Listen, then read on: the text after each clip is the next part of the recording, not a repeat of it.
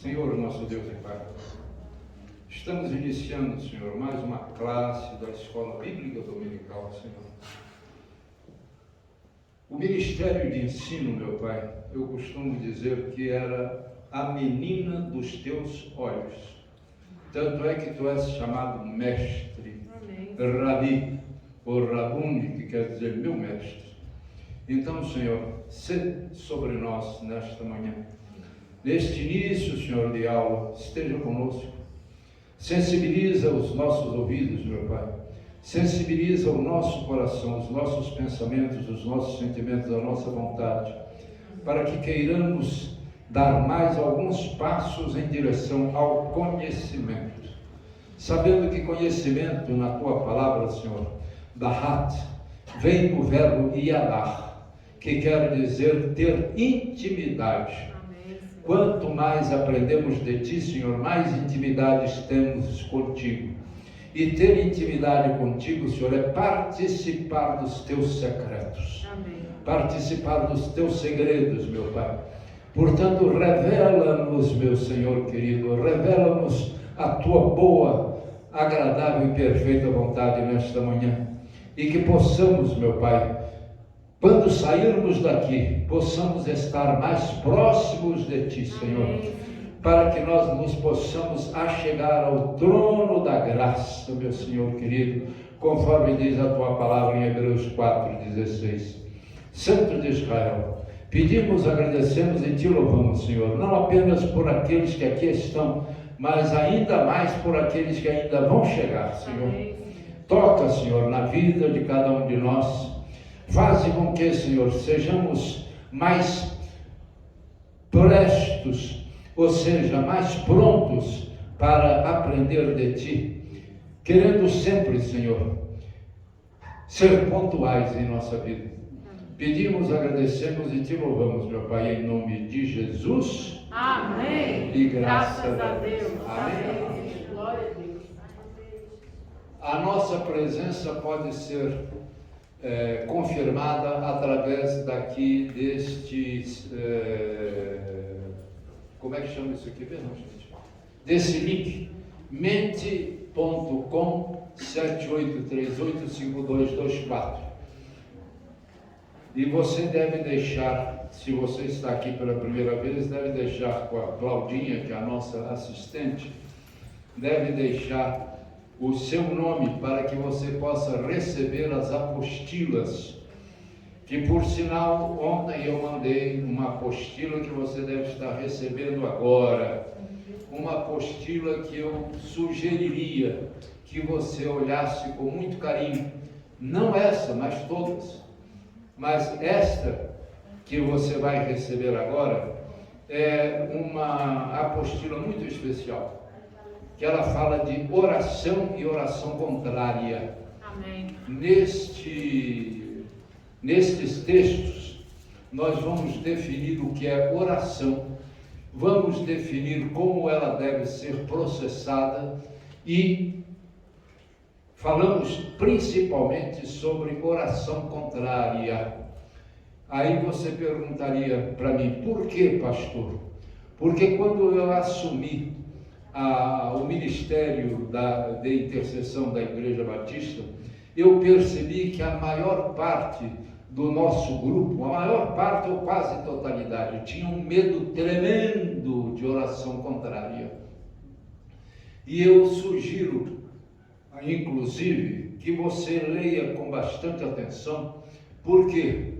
Porque se nós temos medo de oração contrária, este ministério de intercessão, ou o serviço de intercessão, ou a intermediação de intercessão, não é o teu campo de atividade na igreja.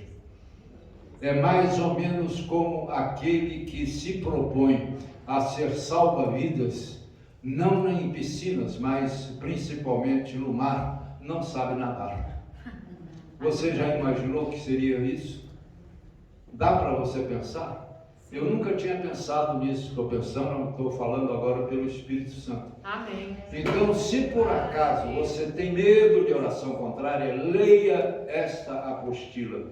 Amém? Amém. Amém, coisa nenhuma. Estude esta apostila.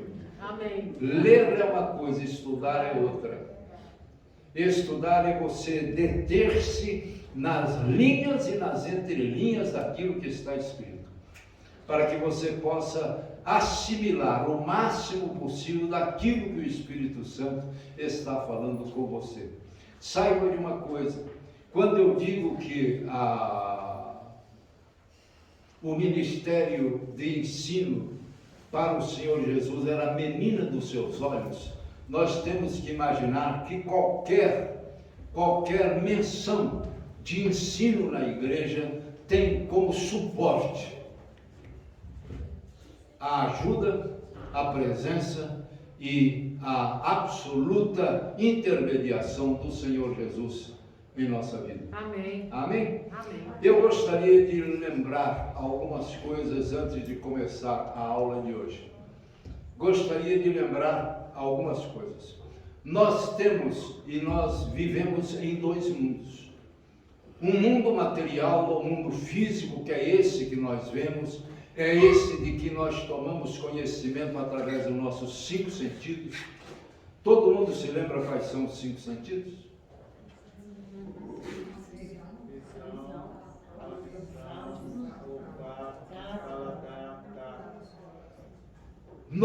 85%, segundo os estudiosos, de tudo que nos chega ao conhecimento nos vem através dos olhos, é a visão. Cerca de 84 e pouco, cerca de 14 e pouco nos vem através da audição. E logo depois o tato, depois o olfato. Até faltou alguma coisa? E por fim o paladar. Porque para você sentir o paladar, você tem que colocar algo na sua boca. Porque existe uma coisa que eu não sei se vocês... Alguém já comeu barata aqui? Já? Não. Mas você sabe quando um alimento tem gosto de barata, sim ou não? Ou não sabe? Sabe ou não sabe? Eu não como na tua casa. Porque existe aquilo que se chama gosto secundário, que você se apercebe do gosto pelo olfato. Se você sabe qual é o cheiro de barata, você sabe qual é o gosto que barata tem. Eu, graças a Deus, não tive necessidade ainda de comer barata. Pode ser que um dia nós tenhamos, eu não sei. Espero que não, porque lá em casa a barata entra de um lado, a minha mulher sai do outro. Não é? E eu sei que alguns homens também têm muito medo de barata. Eu me lembro que eu tenho, engraçado, quando eu era criança, eu gostava muito de mexer com aranha.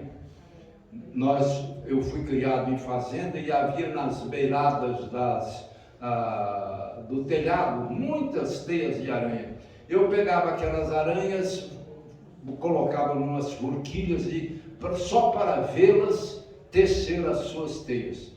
E eu não sei porque depois eu fui tomado de pavor de aranha. E eu me lembro que eu fui fazer uma visita uma vez a um colega nosso. Eu estava estudando ainda no ginasial, coisa que vocês não sabem o que é.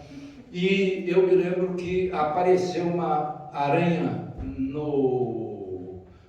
na parede do quarto da irmã dele. E era uma linda mulher. Era uma linda moça. Me lembro do nome dela, Luana. Até hoje, eu devia ter 12, 13 anos nessa época. Não, há pouco tempo atrás, né, Davi? O Davi sabe dessas coisas. E eu me lembro que eu peguei o chinelo para bater na aranha. A aranha pulou e eu pulei no braço, no colo da mulher. Morri de vergonha. Morri de vergonha. E até hoje eu tenho medo de aranha. Por que razão? Não sei. E eu falo destes medos naquela nossa última apostila. Dos medos objetivos, dos medos subjetivos. Porque todo ser humano nasce com 2 medos. Eu já falei aqui sobre isso. Quais são? Medo de barulho e medo de cair. Medo de cair e medo de barulho. E isso não é apenas o ser humano que tem. O animal também tem. Eu me lembro que há uns 2 ou 3 anos atrás apareceu um vídeo de uma ursa panda e o ursinho espirrou perto dela e ela leva um susto tremendo. Quem é que viu esse? Meu Deus. Nossa. Minha filha levantou só para me ajudar. Levantou. Né? Mas, olha, ela levou um susto. Então, todos nós nascemos apenas com 2 medos. O medo de cair e o medo de barulho. Aliás, quem é que nunca viu diante de algum estampido mais alto, a revoada, às vezes, dos pombos, às vezes dos animais que estão próximos àquele estrondo?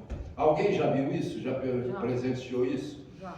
Então, todo o restante dos medos subjetivos são aprendidos. É claro que nós temos medo objetivo. O que é o medo objetivo? Diante de um eventual perigo em que nós podemos estar expostos ou vir a ser expostos, ou então alguém que esteja próximo de nós. Isso é natural. Agora, o medo subjetivo, ele é um medo aprendido. Eu nunca vi ninguém perder uma batalha com uma barata. Você já viu? E, no entanto, muitas pessoas correm de barata porque têm medo de barata. E eu nunca vi uma barata ficar de pé e enfrentar uma pessoa. Ela voa. Perdão? Ela voa. Agora, dizem que quem tem medo de barata, as baratas normalmente voam em direção a essa pessoa. Não é? Então, nós vivemos em 2 mundos, o mundo material, o mundo físico e o mundo espiritual. E não, amados, não existe neutralidade no mundo espiritual. Ou você está com Deus ou você está com Satanás. É verdade. Lembra-te que o Senhor Jesus diz na sua própria palavra: quem comigo não ajunta, Espalha. quem comigo não ajunta, Espalha. espalha. Então, se você não está com Ele, você está do outro lado. Me perdoe quem seja do PMDB aqui, mas não existe em cima do muro no mundo espiritual. Ou você está com Deus, ou você está na mão de Satanás. Lembrando que em 5,19 de 1 João, diz o que? O mundo jaz em quem? No maligno. E eu já falei aqui sobre essa questão. Satanás recebeu o mundo das mãos de Adão, ou do homem. Naquela época ele ainda não chamava Adão. Adam, em hebraico quer dizer homem. Então ele recebeu do homem o domínio do mundo que tinha sido dado a ele. Mas quando ele come do fruto da árvore do conhecimento do bem e do mal, ele transferiu o domínio deste mundo a Satanás. E isso ainda está vivo até hoje. Então, repare uma coisa. Quando alguém já leu um livro chamado Dimensão Oculta? Sugestão, leia. T.S. Eliot. Leia Dimensão Oculta, vale a pena, porque a Dimensão Oculta, ele fala que todos nós elegemos, isso você não vai ver em outro lugar. Proxemia, você já ouviu falar nisso? Não foi meu aluno até hoje, porque eu já disse isso em algumas aulas, em algumas apostilas também. Proxemia, ele era um antropólogo estadunidense e ele começa a estudar o campo físico dos animais. Ele começa a estudar os ratos. E ele vai confinando os ratos em espaços cada vez menores. E quando ele vai diminuindo o espaço dos ratos, alguns se tornam antropófagos, homem, né? Não sei como é que seria um animal comendo outro animal. Né? Eles começam a comer os seus iguais mais fracos. Antes de comer os mais fracos, eles se tornam homossexuais. Tudo isso para não haver crescimento daquela comunidade. Depois ele começa a estudar as gazelas em algumas ilhas. E ele percebe que muitas dessas gazelas, em determinado tempo, elas se lançam no mar para se afogar.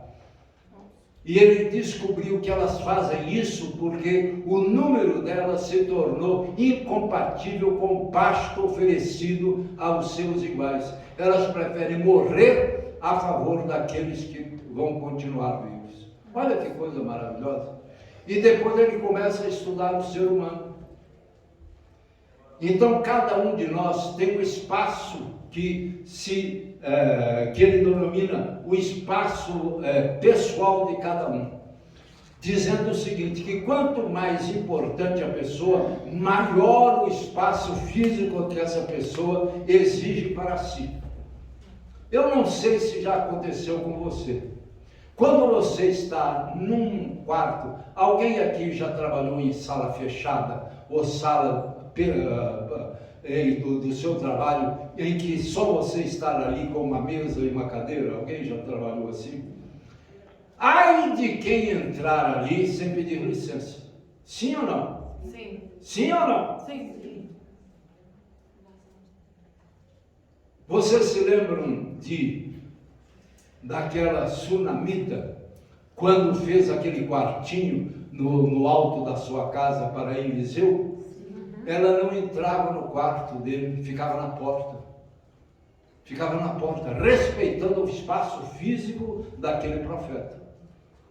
Então, ele vai adiante, estudando esses espaços físicos, e você, por exemplo, quando você para num sinal, você está dirigindo, para num sinal, alguém encosta a mão no seu carro, é como se estivesse dando um tapa em você. Você nunca percebeu isso, não? Dá um quê de revolta, porque você estende o seu espaço físico até no campo do teu carro por inteiro. Aí ele vai mais adiante. Alguém já usou elevador aqui? Já. No elevador, você já reparou, falando do elevador público, não é o elevador do teu condomínio, outra coisa qualquer. Ninguém olha no olho de ninguém.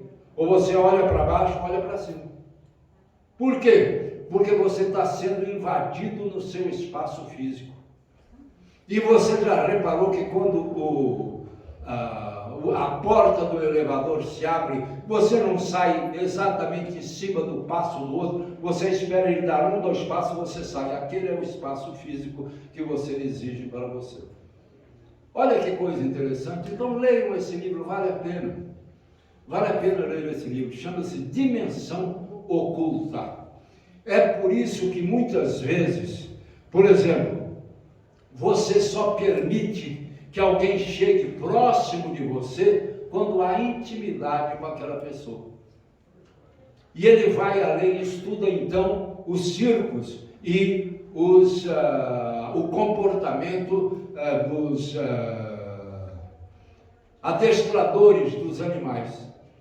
E aí o que ele faz? Ele estuda que o leão, por exemplo, tem um espaço físico para ele. Se ele está fora desse espaço físico do leão, quando ele dá um passo para frente, o leão dá um passo para trás. Quando ele dá mais um passo para frente, o leão dá um passo para trás. Quando ele dá 2 passos para frente e entra no círculo do espaço físico do leão, o leão, em vez de dar um passo para trás, avança para cima do adestrador. Né? Então imagine agora isso com Satanás. Você está num campo físico que Satanás julga ser dele. O mundo jaz no maligno. Então quando você dá um passo, é como se você estivesse pisando no pé de Satanás. Está dando para entender, amado? Sim, sim. Se o mundo jaz no maligno, todo esse espaço ele julga ser dele. Você está sentado no colo dele agora. Só que nós temos uma grata satisfação, de que aquele que é de Deus, o maligno não tem direito de tocar nele. Amém, Senhor. 5,18 da primeira carta de João. Deu para entender, amados? Deu para entender? Então, veja bem, não há neutralidade no mundo espiritual. Ou você está com Deus, ou você está com Satanás. Não há neutralidade. E como é que eu passo do mundo, deste mundo espiritual, que eu estou com Deus, para o mundo que está com Satanás? Qual é? Através de uma coisa que nós chamamos de pecado. O pecado é tão grave, amados. O pecado é de tal gravidade. O pecado é de tal jaez. Olha que linda a palavra, hein, pastor Almir, para domingo de manhã. Para domingo de manhã é uma linda palavra. Depois você procura no dicionário, eu não vou traduzir, não. O mundo, eu sei que aqui há pessoas que conhecem, eu não vou nem citar o nome para que a gente não fique em falta. Mas o pecado é de tal gravidade que ele nos separa de Deus. Abram a sua Bíblia em 59, 1 e 2 de Isaías, por favor, e leiam para mim. Isso eu não estava na minha programação do dia de hoje, não. Mas vamos lá.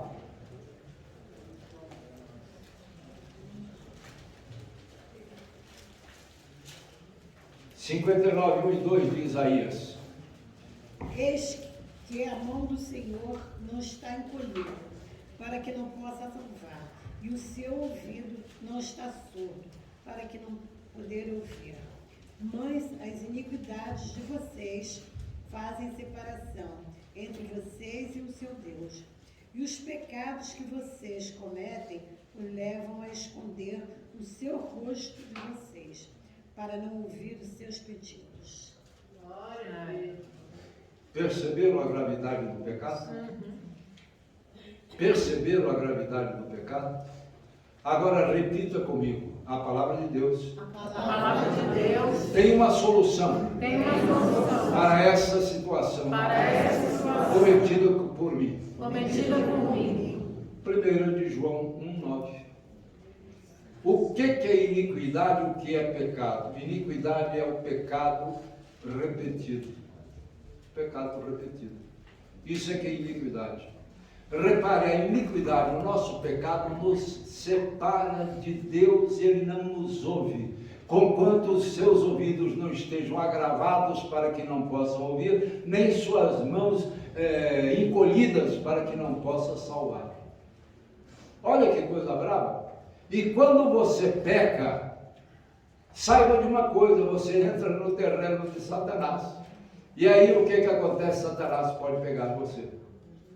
É por isso que eu falo numa dessas nossas apostilas, eu falo sobre a cunha do diabo. Essa apostila. Perdão? Essa última. Essa última, né? Não, é penúltima, porque eu já tenho uma outra aí. É que eu ainda não recebi. Então, amados, repare uma coisa. Nós somos os únicos responsáveis pela nossa vida espiritual. Pastor, que absurdo é esse? Porque Deus não faz nada sem que você permita que Ele faça. Ele respeita tanto a sua vontade, que Ele não agride, Ele não ultrapassa o terreno das suas decisões. Ficou claro isso? Sim. Ficou claro? Amém. Então vamos lá. Nós temos então, agora eu fiz algumas anotações antes de vir para cá, né? Repare uma coisa, nós estamos falando sobre o mundo físico, material e o mundo espiritual, sabendo que neste mundo espiritual nós somos mais que vencedores. Amém. Por Cristo que nos amou. Amém. Por que mais que vencedores? E por que não devemos ter medo de oração contrária? Depois vocês vão ver isso, não é a minha situação de hoje. Repare uma coisa, quais foram as partes dos anjos que foram lançadas junto com Satanás que era a antiga serpente, hoje dragão, antiga serpente. Por que dragão? Porque ele foi tão bem alimentado pelos pecados do ser humano, que ele de serpente virou dragão. Olha que coisa brava. Perdão? Uma terça parte das hostes celestes foram lançadas com ele sobre a terra. São os demônios, os anjos de Satanás. Então, quantas ficaram? Se um terço foi lançado para a terra, quantos ficaram com Deus? 2 terços. Então, para cada um demônio, você tem 2 anjos para estar Amém. em Glória a seu Deus. redor. Amém. Ficou claro? Glória a Deus. Para cada demônio, 2 anjos. 2 anjos. E mais do que isso, Satanás é sozinho nessa história. E você tem o Pai, o Filho e o Espírito Santo. Diga aleluia. Aleluia. Glória a Deus. Amém. Temos motivos de sermos corajosos. Amém. Sim ou não? Sim. Glória a Deus. Está ficando claro para você isso, amado?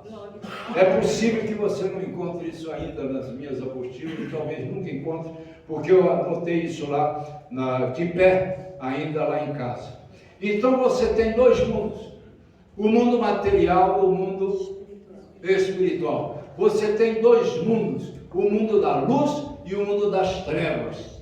É por isso que lá em Efésios 6, ele fala deste mundo tenebroso. Tenebroso é mundo de trevas, vem de tenebras, do latim, que deu treva em português. Tá? Então você tem lembra daquela história que eu falei com vocês outro dia? Aqui faz de conta que está uma circunferência. Você tem quantos graus tem uma circunferência? 360. 360 graus.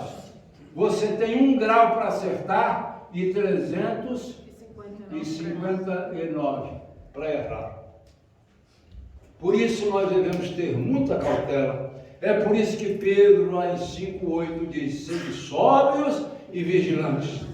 É por isso que o Senhor Jesus, em 26,41 de Mateus, diz: vigiai e orai. Ele não diz orai e vigiai, não. Vigiai e orai.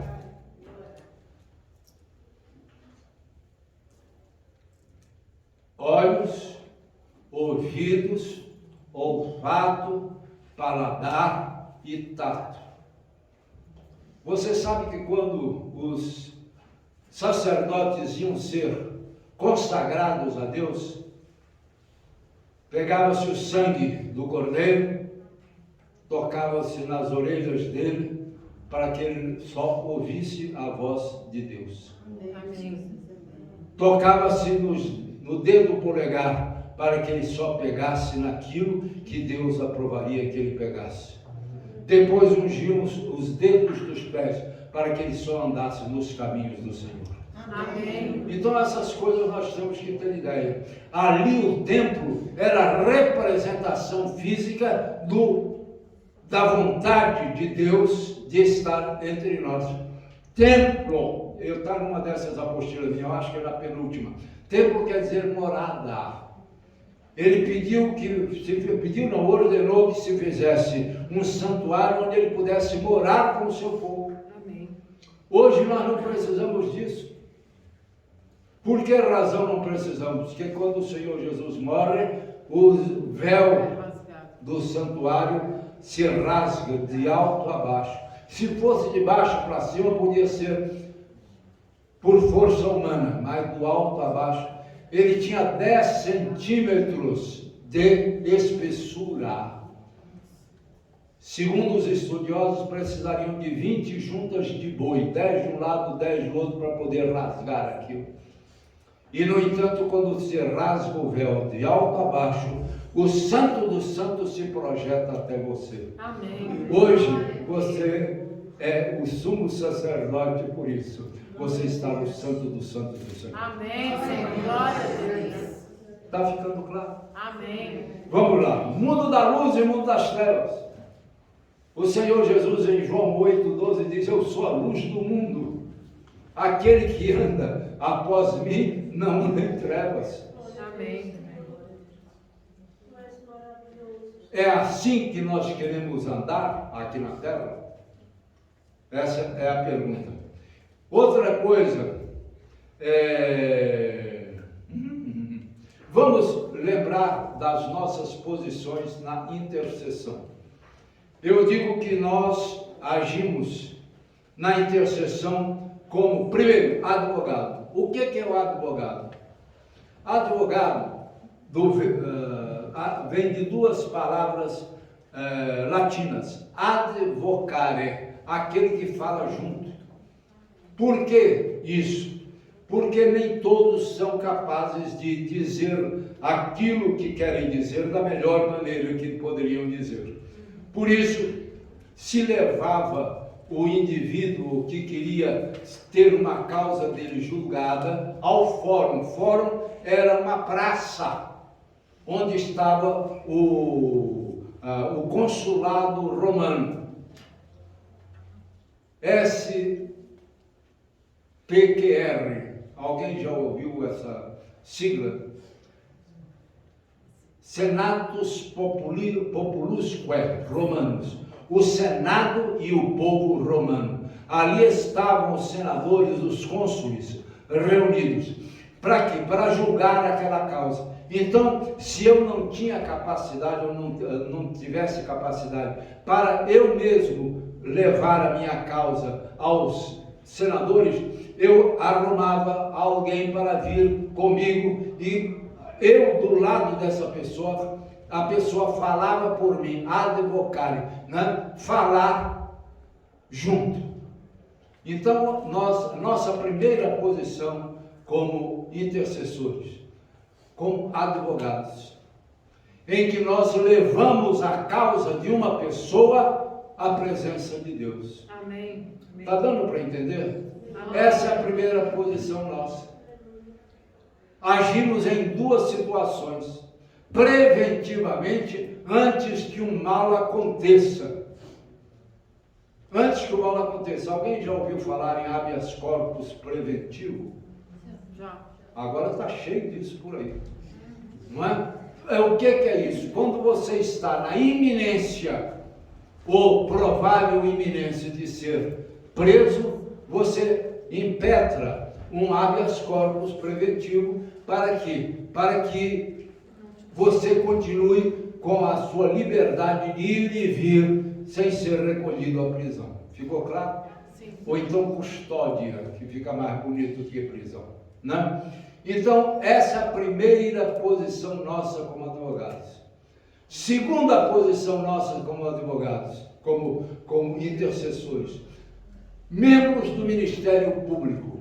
Ministério Público são os procuradores, que são os advogados da sociedade. Então nós não interpelamos a Deus, não intercedemos a Deus para uma pessoa, mas sim por uma comunidade como um todo. Está dando para entender? Amém. E em terceira posição, que é uma das posições mais difíceis, muitas vezes, que nós temos que enfrentar, quando nós nos apresentamos como escudos.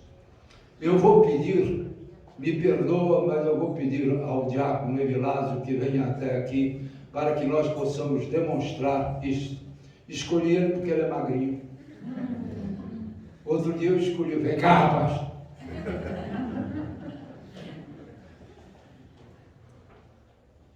Do lado de cá. Ou você quer ficar do meu lado esquerdo? Do lado direito, cara. Posição de honra. Repara uma coisa. Como escudo, o que é um escudo? Escudo é algo que nos defende. Sim ou não? Sim, sim. Se lembra da quarta peça da armadura de Deus? Embraçando sempre o escudo da fé, com o qual podereis apagar todos os dardos inflamados do maligno. Não é isso que está lá? Sim. Leia, por favor, a apostila toda a armadura de Deus. Sim. Vou mais ou menos mostrar a você quando você se torna, então, um escudo para defender uma pessoa. É claro que não é o caso do nosso diácono aqui, que graças a Deus é um homem de Deus. Amém. Vira para cá, assim, bonitinho. Você tem um perfil mais bonito que de frente. Isso é brincadeira. Repara uma coisa, faça de conta.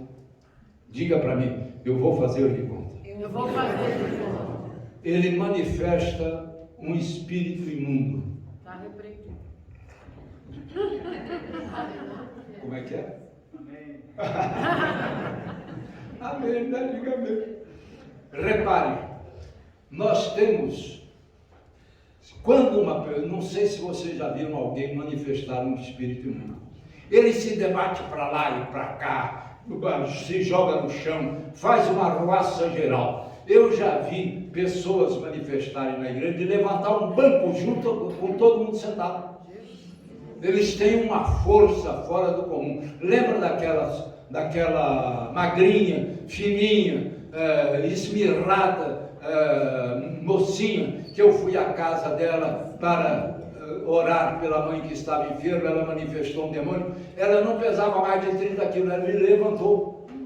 Na época eu pesava 81 quilos. Ela não tinha quase que força de levantar uma caixa de fósforo. Eu já vi coisas tremendas nessa área.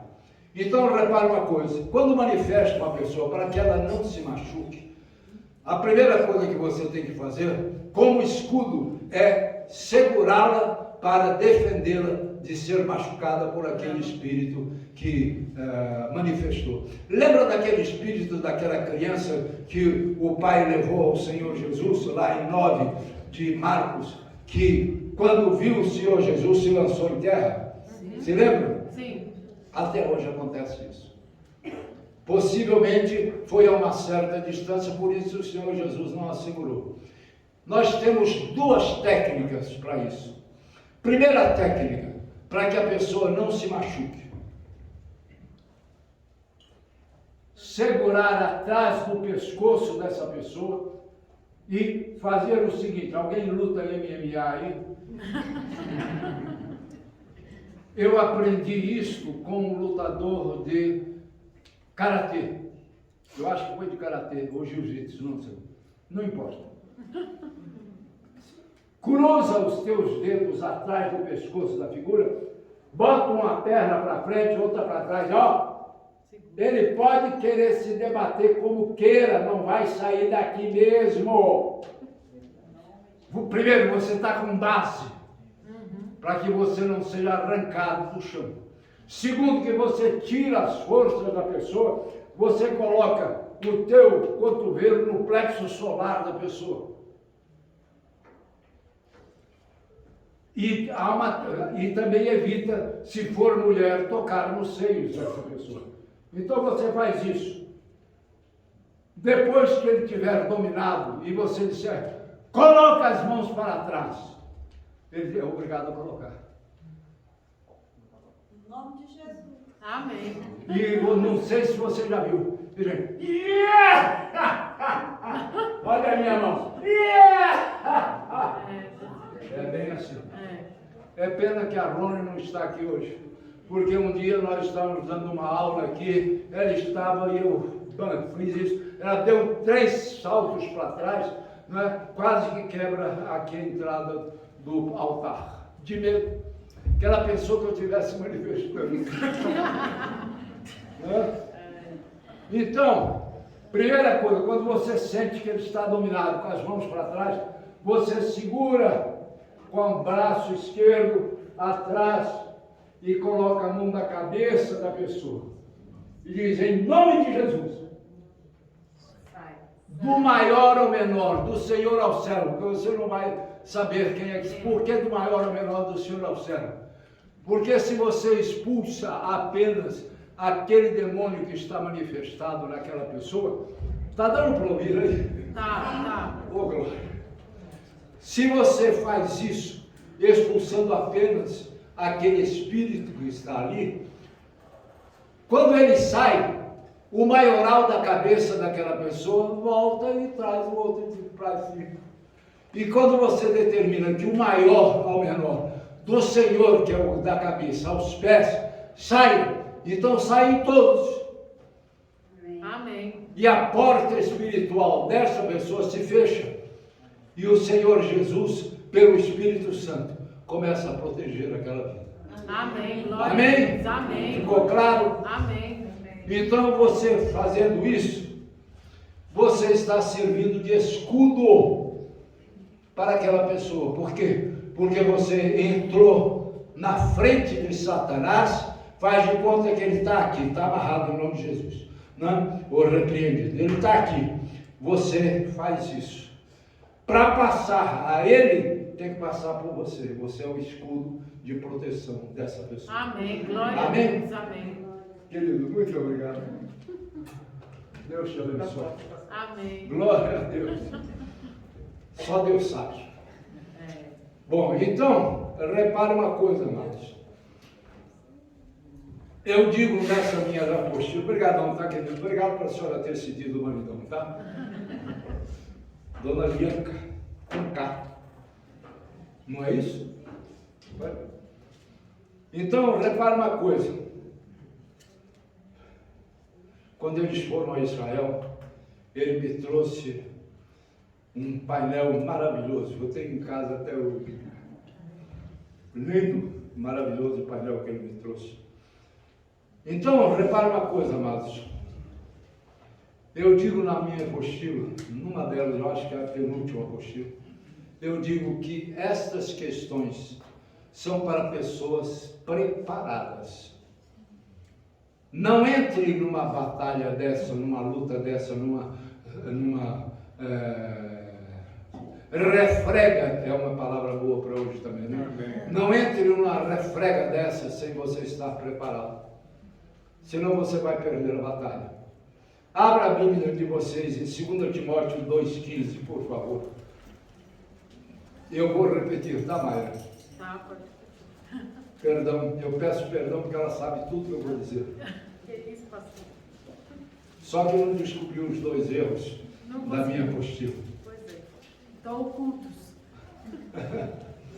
Leiam para mim 2,15. Procura a Deus aprovar, como obreiro que não tem de que se envergonhar, que maneja bem a palavra da verdade. Repare uma coisa. Procura apresentar-te. Você é um soldado de prontidão que vai se apresentar ao serviço de Deus. Amém. Ficou claro? Amém.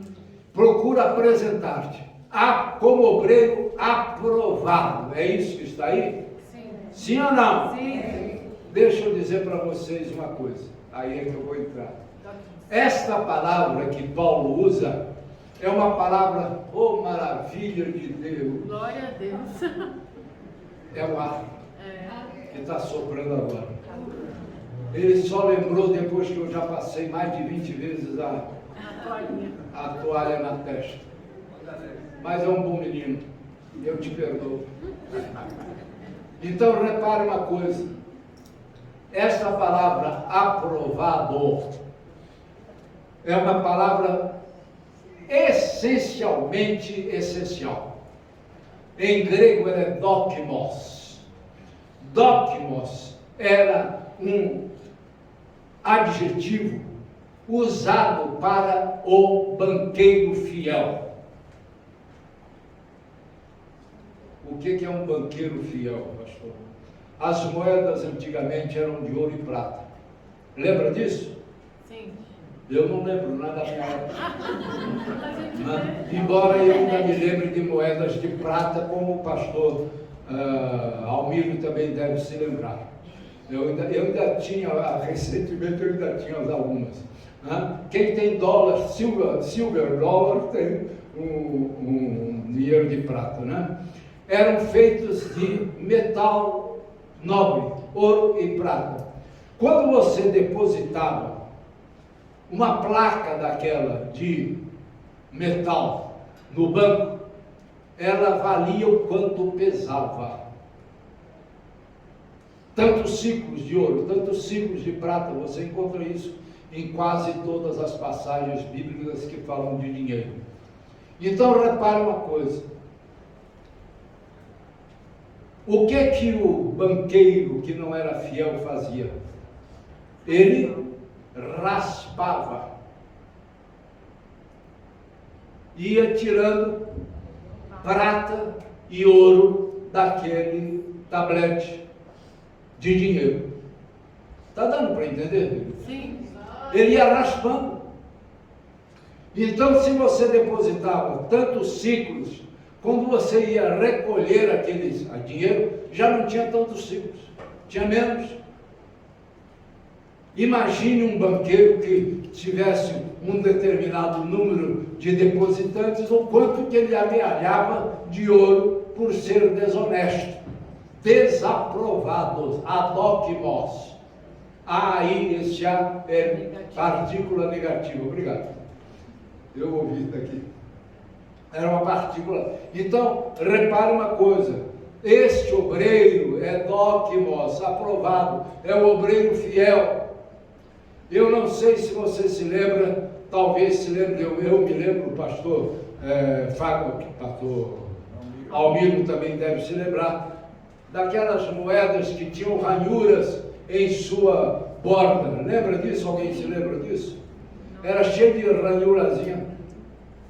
A senhora se lembra também? Oh, glória a Deus! Sabe para que aquilo? Porque se raspasse, acabavam, sumiam as ranhuras. Era para aquilo. Então, o obreiro aprovado é aquele que é fiel. Fiel a quem? A palavra de Deus. Ao Senhor do seu exército, que é a palavra de Deus. Amém. Glória a Deus. Que sabe manejar bem a palavra da verdade. Manejar bem a palavra da verdade, ortotomeo, ou seja, cortar de uma pancada só. Deixa eu ver quantas horas. Meu Deus do céu, já passei da hora. Eu tenho que passar aqui para a doutora Luciana e eu havia entrar aqui. Cadê ela? Está aí ou não? Doutora Luciana? Ah, glória, agora que ela acordou. Devia estar dormindo. Então, repare uma coisa, amados. Você tem que ser um obreiro que se apresenta ao Senhor do seu exército preparado. Amém. Porque se você não tiver preparado e aprovado, você vai perder a batalha. É verdade. Amém? Quero chamar aqui a doutora Luciana, que ela vai complementar aquilo que ela começou a falar outro dia e que eu a interrompi, porque passei o tempo para ela meio prejudicado. E hoje quase que eu faço o mesmo, não é? Porque eu estou sem relógio hoje. Fica mais aqui para aparecer no vídeo, tá? Eu falei outro dia acerca de algumas questões da mente, algumas questões de como nós somos prejudicados pelos nossos pensamentos, pelos nossos sentimentos e pela nossa vontade. E ela, como especialista na área, veio aqui dar uma aula para nós. Que o Senhor Jesus a use com poder e graça. Amém. Ela foi Miss, gente. Tem tudo para ser Miss, não tem? Não, eu fui só bailarina durante 14 anos, só isso. A paz, pastor, obrigado, viu, mais uma vez pela oportunidade. Um pouquinho mais para cá. Chega para cá. Pastor, para variar o Espírito Santo, né, orienta o que o pastor já falou hoje, muita coisa eu já vou repetir. Então, deixa eu botar para cá que aqui eu enxergo. Ficou então, eu tinha falado que eu tinha preparado alguma coisa sobre Jó, e porque Jó é um exemplo muito grande, né, de situação de que a mente conduz o comportamento, as decisões, o corpo, né? O que a gente pode, gente, eu anotei, tá? Porque eu tive Covid em fevereiro e tem hora que a minha mente falha. Mas enfim, até porque a análise é longa. Se a gente olhar lá no livro de Jó, ali em Jó 1, né, em Jó 2, em Jó 1 fala em 21 e 22 que Jó em momento nenhum pecou contra o Senhor, né, e nem atribuiu a ele nada. Quando a gente, isso porque em Jó 1 o Senhor levou, né, filhos, levou as riquezas, né, não levou só as ovelhas, mas levou as riquezas, os servos.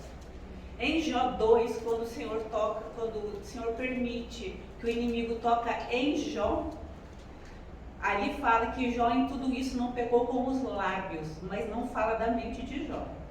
Só diz que os lábios ele não pecou. Eu não posso dizer que ele pecou na mente, porque, né, não tenho onisciência, isso aí só pertence ao Senhor. E depois, quando chegam ali os amigos de Jó, né, eu botei aqui que os amigos de Jó são os agentes estressores de Jó. O senhor pastor aqui, que é psicólogo, sabe que nós temos agentes estressores, né? Às vezes são circunstâncias, o trabalho, alguém da família. Os amigos de Jó foram os agentes estressores, que ajudaram Jó a permanecer no estresse. E o que tem mais aqui? É que fala que os três combinaram de ir até Jó para se condoer dele. Mas chega um momento aqui em Jó 2,13 em que eles falam assim, que os três se assentaram perto de Jó e que durante 7 dias e 7 noites eles não falaram nenhuma palavra. Isso é muito comum em algo que nós chamamos de diálogos internos. Nós passamos o dia inteiro com diálogos internos nossos, a gente chama de ruminação, né? E esses diálogos internos muitas vezes vão modificando o nosso jeito de pensar e o nosso jeito de agir. Porque o Senhor colocou, foi Deus que fez, tá, gente? Não fui eu nem a ciência. O Senhor colocou na nossa mente várias estruturas.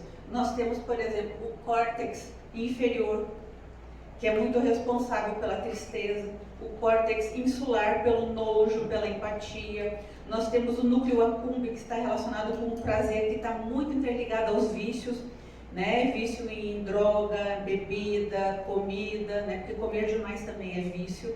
E é o centro, o núcleo accumbens é o centro do prazer e da recompensa. Então a pessoa que busca a bebida, busca o cigarro, ela não pensa, eu vou lá buscar um cigarro, que é um rolo que tem nicotina, várias tantas substâncias tóxicas, que eu vou emitir CO, monóxido de carbono, e aí com isso eu vou angariar câncer. Ninguém busca cigarro para isso. A pessoa busca o prazer que o cigarro lhe traz. Tá? Por isso que é tão difícil, muitas vezes, a pessoa conseguir se desvencilhar de um vício, inclusive no de drogas, né? Porque ele busca a recompensa daquela droga. E pra gente que tem com a cabeça a mente, fica pensando, mas como que uma pessoa busca a morte, né? Porque hoje o cigarro é uma das causas de morte, o maior índice de morte evitável é o cigarro. Você tem como evitar a morte tirando o cigarro. Nós temos a bênula também, que está relacionada com a frustração. Então, quando a pessoa não fuma, quem toma o controle é a bênula, que é o sistema de não recompensa. E nós sempre buscamos a recompensa. Então, esses diálogos internos começam a fazer com que a nossa mente comece a produzir pensamentos. E nós temos também o hipotálamo, que o Senhor colocou na nossa mente, que ele nos motiva a realizar. Quando você está com fome, você não fica só sentado pensando que está com fome. Você é motivado. Nós temos uma relação comportamental e motora. Você levanta e busca a comida na geladeira. Por isso que eu creio que há uma... tá aqui. Me socorre, pastor. Não quero dividir a imagem. É por isso que eu creio que tem um versículo que diz que o Senhor opera a nós o querer e o efetuar. Né? Porque você pode até querer, mas não efetuar. Porque eu estou com fome, mas eu não vou caminhar para comer. Né? Eu tenho vontade de ingerir o cigarro, mas eu não vou buscar o cigarro. Então eu creio isso do ponto de vista fisiológico. Depois o senhor pode...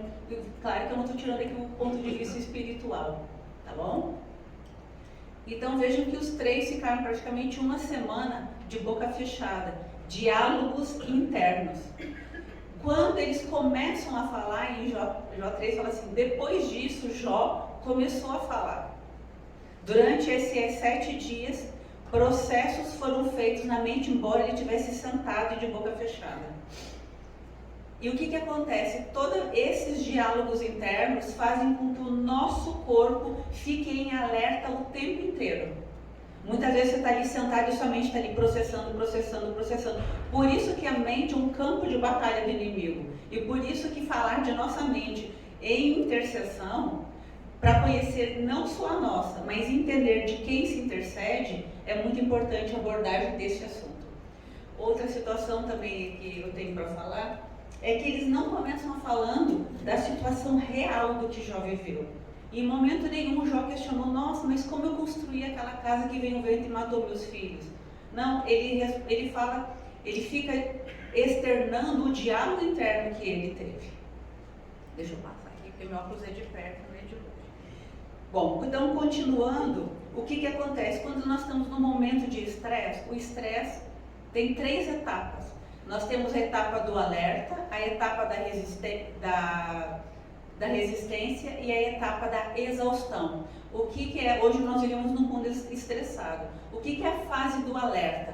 É quando você, por exemplo, vou programar uma viagem, vou fazer um concurso, você tem uma situação.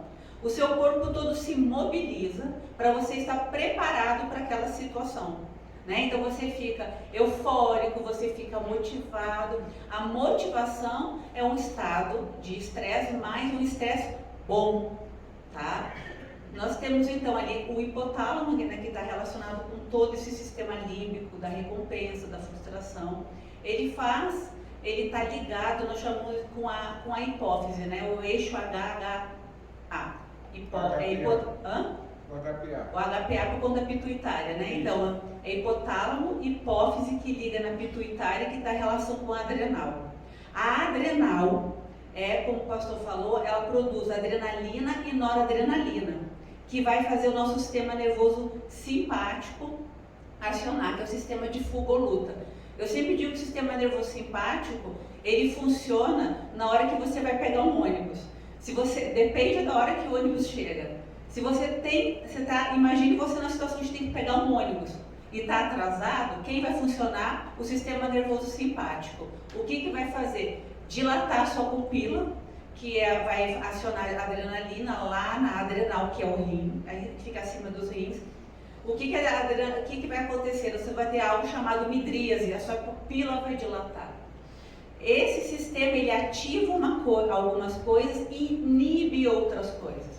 O que é que ele inibe? Todo o teu sistema digestório. Você não vai precisar salivar, você não está correndo atrás de comida, você tem que se proteger. Então, isso que nós chamamos, vai gerar algo chamado cialorreia. Vai diminuir a salivação. Vai inibir todo o seu sistema digestório. Você não vai comer, você tem que se defender. Então, o intestino fica parado, os movimentos peristálticos ficam parados, a bexiga, ela relaxa, para que você não tenha vontade de ir no banheiro, mas de atingir o ônibus. Você vai ter um efeito cronotrópico positivo. Seu coração vai bombear muito mais rápido para levar sangue para todo o corpo. O seu pulmão vai dilatar os brônquios, porque você precisa respirar. Então isso tudo fica ativado. Algumas coisas inibidas. Depois que você senta no ônibus, o que acontece? A tendência do seu coração vai voltar. Você vai sentir um pouco de sonolência, o seu olho vai começar a fechar, que nós chamamos de miose, né? Meiose, que meiose tem a ver com meiose, mitose é renovação celular. É miose. Você vai começar a sentir fome, você vai começar a ir, minha bexiga está cheia, porque é o parasimpático que vai predominar nesse momento. Então, Jó passou momentos de estresse. Como ativa a adrenal, além da noradrenalina e adrenalina, ativa também o cortisol, que o cortisol é conhecido como hormônio do estresse. Então, na fase de alerta, que é uma fase de estresse bom, você está vivendo aquela situação de motivação. Saindo o agente estressor, você tende a buscar o seu reequilíbrio. Então, tirando o agente estressor, tirando a situação de estresse, você tem que buscar o seu equilíbrio. Só que muitas vezes o agente estressor permanece, pode ser um trabalho, uma situação na sua casa, ou mesmo com a permanência do agente estressor, você não consegue voltar ao seu equilíbrio. É quando você entra na fase de resistência. Aí o cortisol começa a predominar. O cortisol predominando, você não consegue dormir direito, né? Então você começa a ficar com insônia. E qual é o grande problema da insônia? É só não dormir? Não, é porque durante o sono nós liberamos, durante o sono nós liberamos alguns hormônios, que é o hormônio do quê? Do crescimento. Ah, mas eu já cresci. Mas a regeneração de ossos, músculos, né? É na hora do sono, na liberação. A leptina também, que está relacionada com o apetite. Passou a resistência, na fase da resistência nós ficamos mais sensíveis, chama de nocicepção. A nossa percepção, a dor fica mais aguçada, a gente começa a sentir dor com muito mais facilidade. E chega a parte da exaustão, que é quando o nosso corpo sucumbe. Hoje está muito comum, chama de síndrome de burnout, que é quando você já queimou tudo isso. E onde é que a gente vê isso na palavra de Deus? Quando Jó diz assim, 3:26, eu não tenho descanso, não tenho sossego, não tenho repouso, só tenho inquietação. Jó 3:26, estresse crônico. Ele não consegue mais sair do agente estressor. Jó 6:10, a minha dor é implacável, alteração da percepção, da nocicepção por conta do estresse crônico. Jó 7:14, ao deitar-me pergunto quando levarei, mas a noite é longa, eu me farto de virar até a cama. Predominância de cortisol, não tem melatonina, eu não durmo. Jó 7:5, com estresse crônico também, o cortisol, quando em excesso, ele também começa a produzir, o cortisol é anti-inflamatório, mas em excesso eu começo a produzir substâncias que são inflamatórias. Além do cortisol ser imunossupressor. Então eu tenho um aumento da inflamação e redução da minha situação de imunidade.